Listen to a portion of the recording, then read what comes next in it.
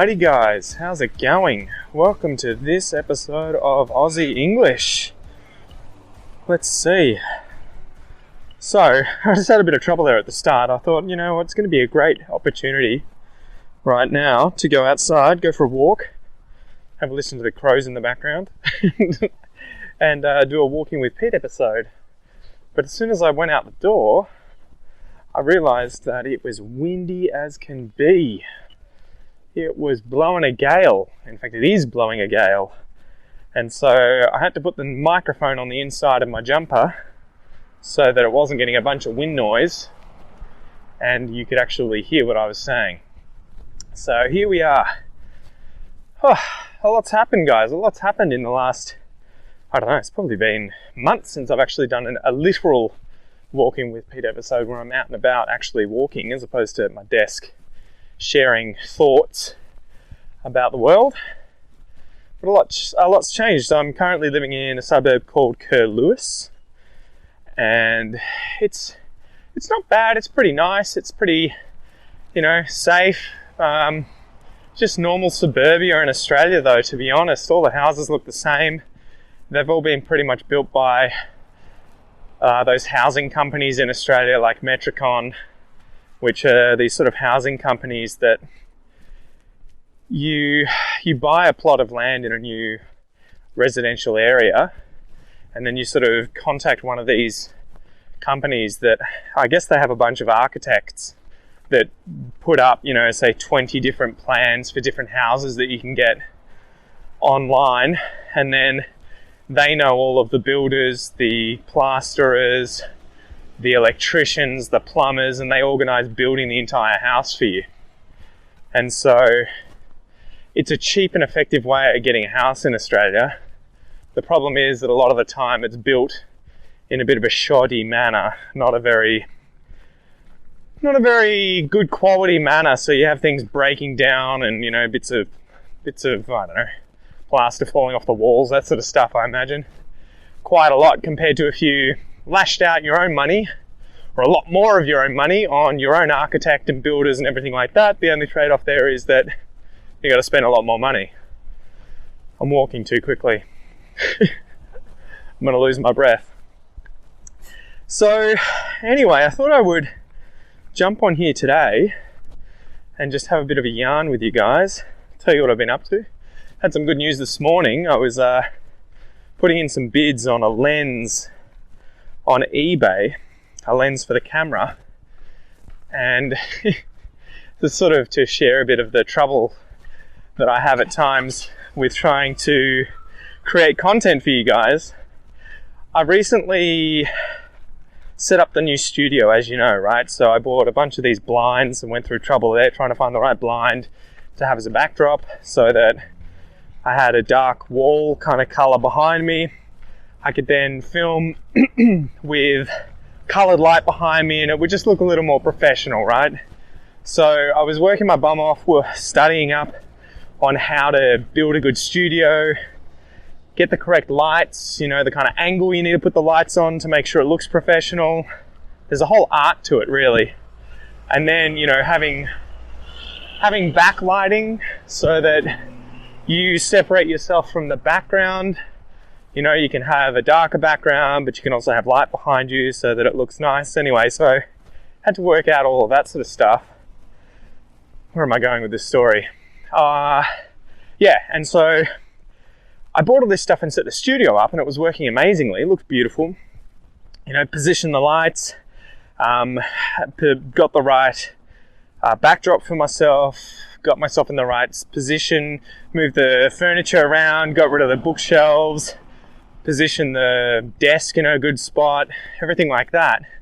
The only trouble was when I came to actually film myself, because now I had completely blacked out the room with this backdrop, with these blinds that I'd bought, it was very low light. And so photographers here will know where I'm going with this. The lenses that I had weren't fast enough, meaning they didn't have a low enough f-stop to allow enough light into the lens to hit the sensor so that when I'm filming at low light, the quality is really good and you can see me well. So, I mean, the long story short is that the lenses I had could work, but the images, the video that I was recording was incredibly grainy and just looked horrible.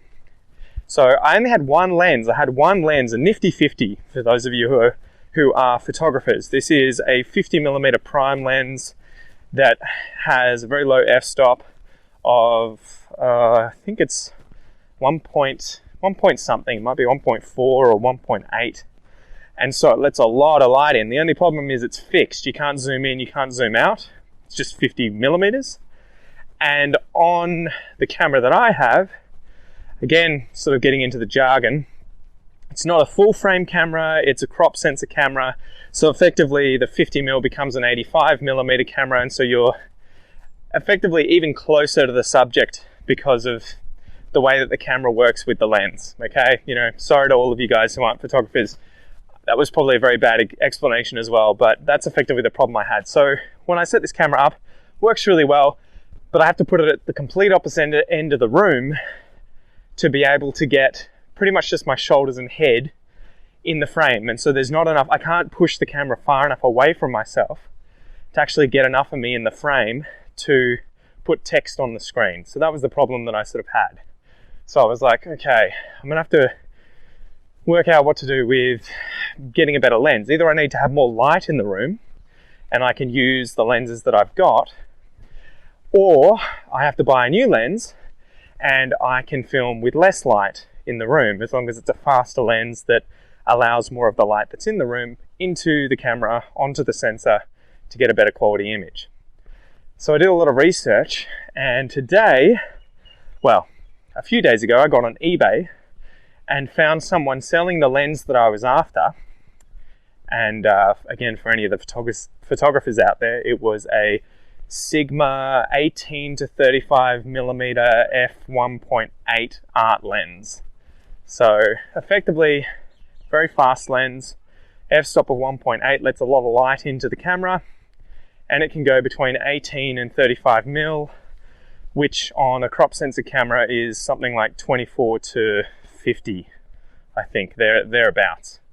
So in other words, I've got a lens now. I got on eBay, I found this lens, I bid on it. It's the first time I've ever actually bid on anything on eBay. Go figure, right? I ended up winning, saving about $300 on the lens if I were to walk into a store and buy it for, brand new. So fingers crossed when it arrives this week, it's in good condition. That's the crapshoot that you sort of get into, I guess, with buying stuff off eBay. You just hope that the person's selling what they're actually saying they're selling. So we'll get that, but ultimately it'll allow me to film at low light. It'll allow more light into the camera, so it'll be higher quality image. I won't have to boost the ISO as high, so it won't be grainy. And because it's a zoom lens and it's got a lower millimeter focal length, 18mm, not focal length, because it's got 18mm, man, I'm having a brain freeze day. Because it goes down to 18mm, I effectively can get more image into, it's a wider image, so I can get more in. I'll be able to see everything behind me, I'll have more space, everything like that. So I'm really happy I got this lens. I can't wait to see how it's going to go. And the sort of other side of it is that it's going to be really good for landscape photography if I go out and about and do that. So that takes me to the second part of this episode, where my mum's birthday is coming up at the end of May. And my parents, for their birthdays, like to sort of go away to different places around Australia. So, well, sometimes overseas, but obviously because of COVID, that is an impossibility at the moment. At least if you want to come back anytime soon. Ooh, this person's growing strawberries in their front yard. That's pretty cool. So, anyway, so my parents have decided to go to Phillip Island, which is on the other side of Port Phillip Bay in Victoria here. So it's on the way to Wilson's Promontory. If you guys have been down to Victoria and you know the sort of geography of the place, it's on the other side near French Island. You'll know it if you've gone to see the penguin parade, the fairy penguins in Victoria in Australia. That's on Phillip Island. There's seals there, there's sharks there, there's some great beaches there. So we're going to go there. It's where my mum did a lot of her PhD work when she was studying barnacles, of all things, back at university in the 70s. And I think my dad was also there studying mussels. So these guys both my parents were marine biologists back in the day. And they did a lot of field work down there at Phillip Island. In fact, I think that's when my dad proposed to my mum. So yeah, it's a bit of a significant spot in the history of my family, particularly for my parents, obviously. So they've rented a house through Airbnb down there. I think it's got like 4 bedrooms. And they're getting my sister and her family to come down. They're obviously going to be there. I'm going to be there with Kel and my family too. And I think potentially our grandparents are going to come down as well at some point to say g'day and hang out. They live in Melbourne. So where I'm getting to with this is that we're going to be going down there and I'll be able to use the lens potentially because, as you'll know, my dad's a bit of a photographer. He loves his landscape and wildlife photography. So I might have to get some lessons from him in terms of doing landscape photography. That's not really my jam. That's not really what I'm good at doing with photography. I'm much more focused on sort of animals and everything. So I'm walking up a hill at the moment. So that's going to be really interesting. The other thing to mention here is that I'm thinking of redoing things inside the academy where I'm going to try and structure some modules that come out once a month, where I create a module in the academy. I talk about a certain cultural or historical feature of Australia or theme about Australia. Say, for instance, the fairy penguins at Phillip Island. Then I interview someone about that topic or something related to that topic and create content related to that. So I'm looking forward to going to Phillip Island and hopefully we're going to vlog the fairy penguin parade so that you'll be able to see what that's all about, because it's pretty cool. I think the fairy penguins are the smallest penguins in the world and they have a colony, I think the biggest colony in Australia, at Phillip Island. So you can go there and sit on the beach and watch the penguins come in at, I guess it'd be sunset, probably just after sunset. Because they usually go out during the day, they go fishing, hunt all these fish in the water and then come back in during the evening, and they'll come back up and go in their burrows and then feed their chicks. So looking forward to doing that. Oh, all right, at the top of the hill. Whew. Running out of breath. Anyway, the reason I might be doing more of these episodes soon is because I'm trying to get my 10,000 steps in every single day to lose a bit of weight. So I've been spending a lot of time outside walking around and yeah, it's been good. I thought initially, you know what, I'll work out and I'll do lots of strength training and hopefully that'll help me lose weight. But to be honest, it helped me gain weight in that I was putting on a lot of muscle and eating a lot, but not losing a lot of fat. So I ended up gaining weight because of the muscle. So yeah, anyway, long story short, I'm walking now 8 to 10 kilometers a day.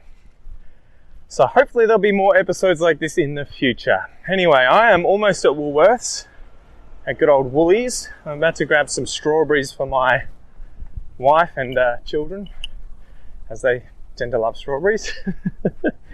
And yeah, I hope you enjoyed this episode. I hope the wind wasn't too annoying, and I hope we do this more often.